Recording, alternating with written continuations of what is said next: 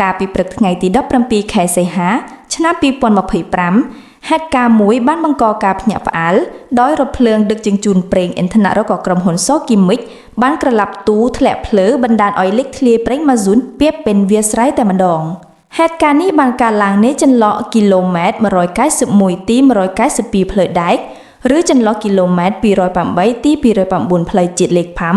ស្ថិតក្នុងភូមិដើមច្រេសព្រំប្រទល់ឃុំបឹងខ្នានិងឃុំអូតាប៉ោងស្រុកបាកានខេត្តពោធិ៍សាត់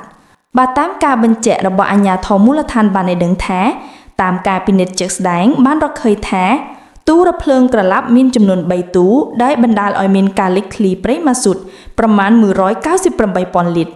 តែអ្វីដែលហួសចិត្តខ្លាំងបំផុតនោះគឺគ្រាន់តែដឹងថាមានករណីគ្រោះថ្នាក់រថភ្លើងបណ្ដាលឲ្យលេចធ្លាយប្រេងបែបនេះស្រាប់តែមនុស្សម្នាក់ដែលជាអ្នកភូមិនាំគ្នាសម្រុកមុខដងប្រេងឡើងភ្លុកទឹកភ្លុកដីតែម្ដងដោយគ្មានគិតថាអាចនឹងមានគ្រោះថ្នាក់ដល់អាយុជីវិតសោះឡើយ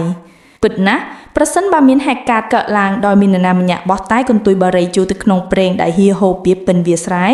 នោះប្រកាសណាមនុស្សទាំងអស់នោះអាចនឹងរត់ចែកជើងគ្នាមិនទាន់ស្លាប់ដោយសារសេចក្តីលោភលន់ចង់បានអត់គិតនេះជាមិនខានដែលមិនខុសពីនៅប្រទេសនីហ្សេរីយ៉ាស្លាប់មនុស្សរាប់រយនាក់នោះទេ